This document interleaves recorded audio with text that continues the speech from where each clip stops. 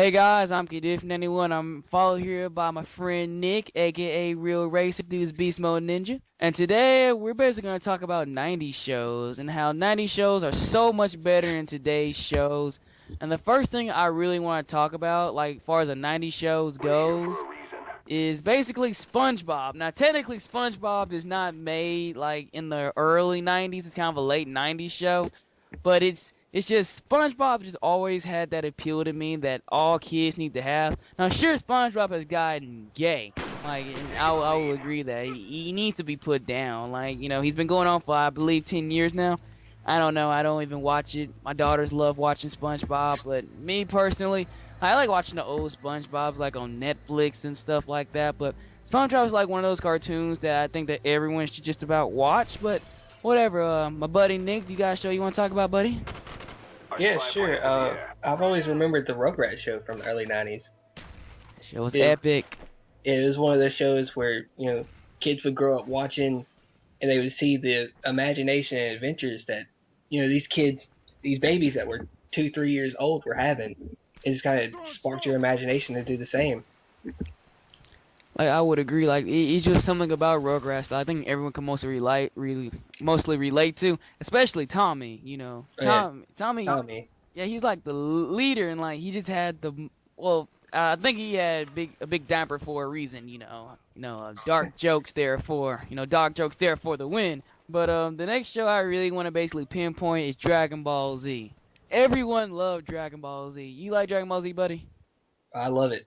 I too, man. That shit gives me an erection. No homo. Right now, I'm actually watching my brother play this Japanese thing on this game. I don't know what the fuck this movie's called. I don't even care, but still, it's who wouldn't want to fly? Like, who wants to fly and freaking power up like Goku and go Super Saiyan? Do a lot of epic screaming. Okay, I wouldn't say all the screaming. The screaming's kind of fucking lame, but, powering up and going over the world and blowing shit up.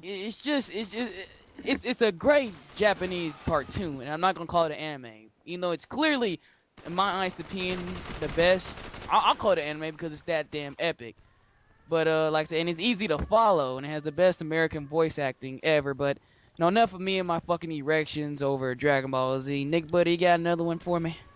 Yeah, I actually remember, Invader Zim in my early days. And I remember that show. It was always one, it was a little weird when you first watched it, but after you watched a couple episodes, you got stuck on it because of the comedy from Gurr. Right. You had just all kinds of things just going on throughout each show. It was just amazing what they did. It was kind of like dark humor, I would say, though. But regardless of that, it's like if you can take it, then it's really good. Oh yeah. And then Gurr and his waffle situation. Yeah. Wasn't it waffles he liked? Wasn't it waffles he loved? Yeah, he loved waffles, and he always would ask, Zim, guess who made waffles? I didn't even know that, to be honest with you. Guess who made waffles? And then I like that little suit he had on. And another one that comes to my mind is Ed, and Eddie. The only thing I didn't like about Ed, and Eddie was the fact that the parents were never shown whatsoever. The only parent, you got a glimpse of Ed's mother and Sarah's mother, but that's about it. I think you got a glimpse of Eddie's dad closer to I would say maybe season 7 of Ed, and Eddie. Ed, and Eddie was like every kid's dream. Like, who wouldn't want to build machines and make jetpacks and do all this funny stuff? It's just like, they were kind of the kids that nobody liked because they always scammed everybody. And I used to always wonder, why were their tongues different color?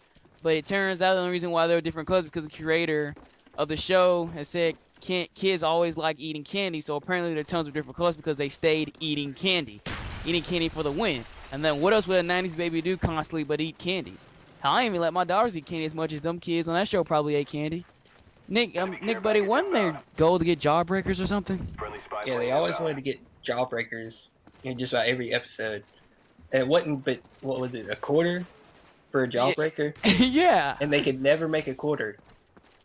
And if they ever did make a quarter, some BS would happen. Like I remember one time about something about Plank, and he wanted I don't know, Plank ended up outsmarting them. Just a piece of wood outsmarted three boys.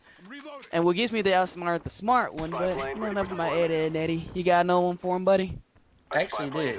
I remember Courage the Cowardly Dog, I remember. which most people may not know about the show because it was one that it wasn't the most popular, but you know it was one of those that had a different feel from the shows that were going on at the time.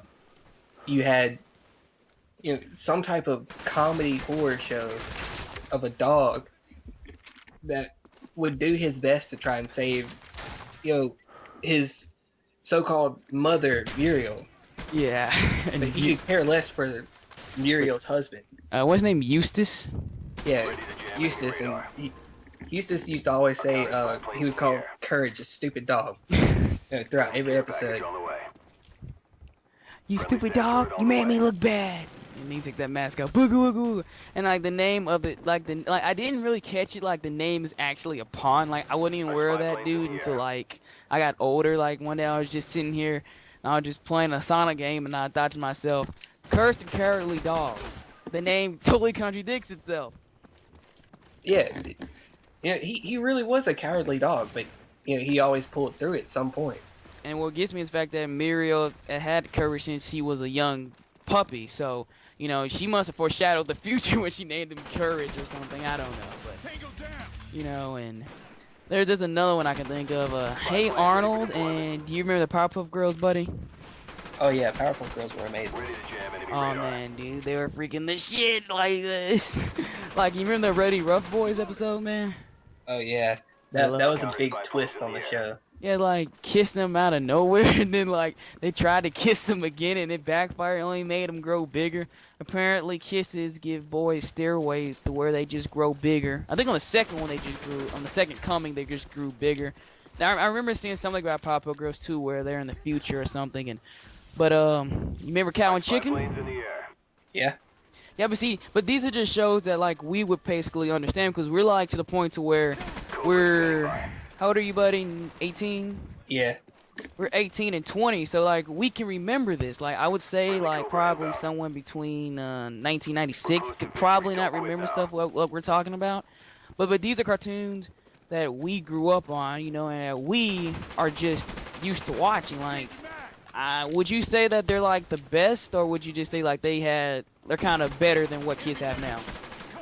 Yeah, I always have like the double standard on this. 90 shows were probably some of the best that I'll ever watch, mainly because I am a little bit older now. But the shows today, it just seems like they're failed attempts at trying to make something that could have been.